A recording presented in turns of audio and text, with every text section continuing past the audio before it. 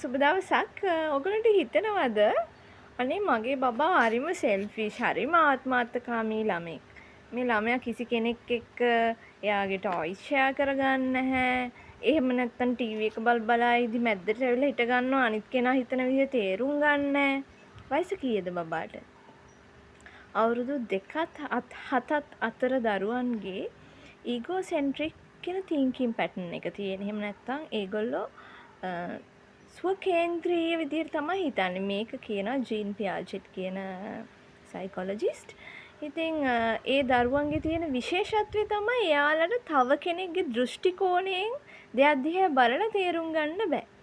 සමහරට ටීවී එක ස්ක්‍රීන් එක බලද්දි පවුල පිටින් අපි තුමු කාටුන් එකක් බලද්දි මැද්දට ඇවිල්ලා හිටන් බලන්න එයාට හිතෙන්නේ එයාට පේනවා නම් ඔබටත් පේනවා. මේ ඔබේ කෝණයෙන් බලන්න අනේ එයාට පේන්නේ නැහැනේ කියලා හිතන්න එයාට තේරෙන්නේ නැහැ. එහෙම නැත්නම් සෙල්ලම් කරද්දි ටෝයි එක ෂෙයා කරගන්නේ නැහැ. එයා එයාගේ දෙයට තමන්ගේ ඒකාග්‍රතාවයෙන් ඒ තමන්ගේ සෙල්ලම දිහා බලාගෙන කරනවා. එයා හිතනවා අනිත් කෙනත් ඒ වගේ. ඉතින් එයාට තව කෙනෙක් අනේ එයා පව්, එයාට මම මෙහෙම කිව්වොත් රිදෙයි, එහෙම නැත්නම් අනේ එයා වැටුණා, එයා අඬනවා. ඉතින් අර අනිත් කෙනාගේ නැත්නම් තව කෙනෙක්ගේ පර්ස්පෙක්ටිව් එකකින් හිතා ගන්න බෑ තාම ওই වයසේ දරුවන්ට.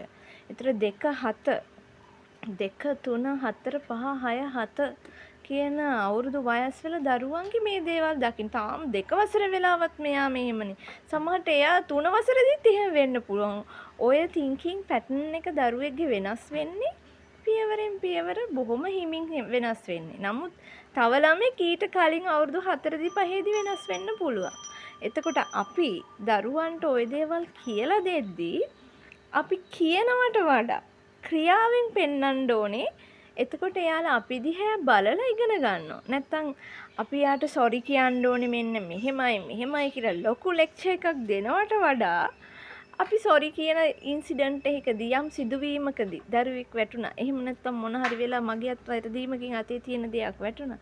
අනේ පුතා I'm sorry. අපි කියලා පෙන්නපුවාම දරුවා අපි ඒගොල්ලන්ට මොඩල් එකක් වෙන්න ඕනේ. ආදර්ශයක් වෙන්න ඕනේ. ඉතින් මේ වයසේ දරුවා ආත්මార్థකාමී නෑ. එක දරුවා එක විදියයි. සමහරට ඔබේ දරුවා ඉදිරියෙන් ඉන්නවා. ඒ සම්බන්ධව තව දරුවෙක් එහෙම නොවෙන්න පුළුවන්.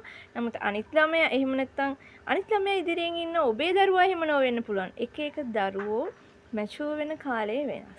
ඉතින් අපි අපේ දරුවන්ව තේරුම් අරගෙන එයාලත් එක්ක අපි එයාලගේ මට්ටමින් හිතමින් මේ ගමන යමු.